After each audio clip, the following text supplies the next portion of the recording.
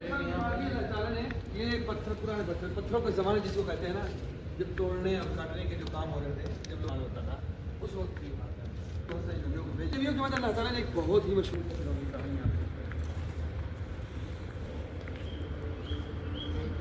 في بنيه إلى أن نشأت في ذريته طائفة من بني إسرائيل بمصر.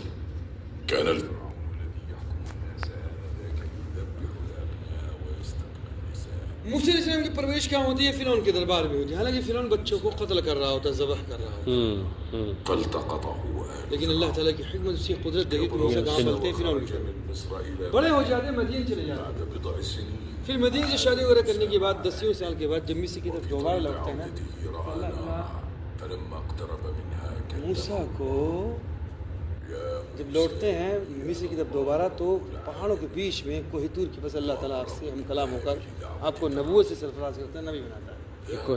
اور پھر نبی بنانے کے بعد اللہ تعالیٰ موسیٰ کو فرعون کے پاس دعوت کے لیے بھیجتا ہے. ثم أراه موسى الآية یہ فرعون چنانچہ موسیٰ علیہ السلام اپنے بھائی ہارون کے ساتھ دربار فرعون کے دربار پہنچ کر بڑا بڑا معجزہ دکھاتے ہیں، جیسے لاٹھی پھینکتے بڑا سانپ بن جاتا ہے. لیکن فرعون ایمان نہیں لاتا. فرعون موسیٰ علیہ السلام کے مقابلے کے لیے بلا بڑے بڑے جادوگر موسیٰ علیہ السلام کے مقابلے کے لیے آئے. جادوگر اپنی اپنی جادوگری دکھاتے ہیں، موسیٰ علیہ السلام سے مقابلہ کرتے ہیں.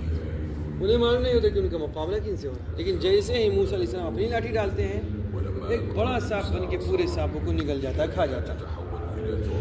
اژدہا بن گئے. اب یہیں پہ جادوگروں کو معلوم ہو جاتا ہے موسیٰ جادوگر نہیں بلکہ کیا اللہ کے نبی ہیں. وہ ایمان لے آتے ہیں، سجدے میں گر جاتے ہیں، لیکن فرعون پھر بھی ایمان نہیں لاتا. تو اللہ تعالیٰ کے حکم سے موسیٰ علیہ السلام اپنے تمام ساتھیوں کو لے کر مصر سے راتوں رات نکل پڑتے ہیں. فرعون جب پتہ چلتا ہے فرعون کو تو وہ ان کا پیچھا کرنے لگتا ہے. موسیٰ علیہ السلام کے سامنے سمندر پڑ جاتا ہے، سامنے سمندر کیا کریں، گھبرا جاتے ہیں.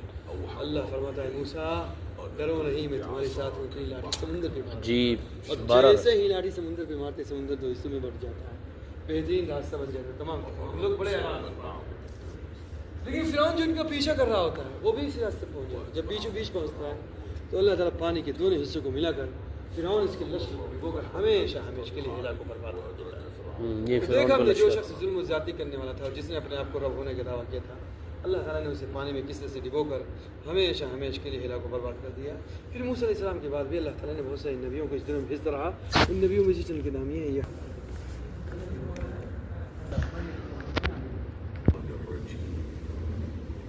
فتقبلها ربها وأنبتها